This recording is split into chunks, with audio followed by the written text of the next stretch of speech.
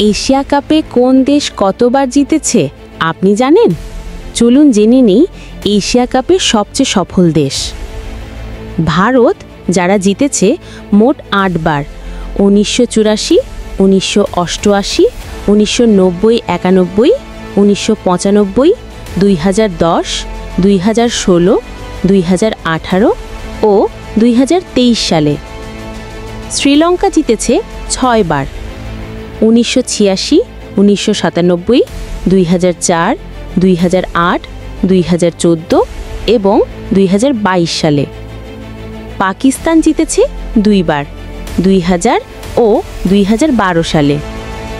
আমাদের দেশ বাংলাদেশের সেরা সাফল্য ৩ বার ফাইনাল খেলা: ২০১২ সালে পাকিস্তানের সাথে, ২০১৬ ও ২০১৮ সালে ভারতের সাথে ফাইনালে উঠেও হেরে যায়।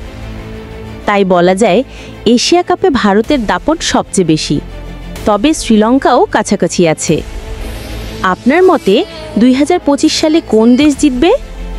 এই রকম ভিডিও পেতে আমাদের channel unlimited information BD subscribe করে সাথেই থাকুন। ধন্যবাদ।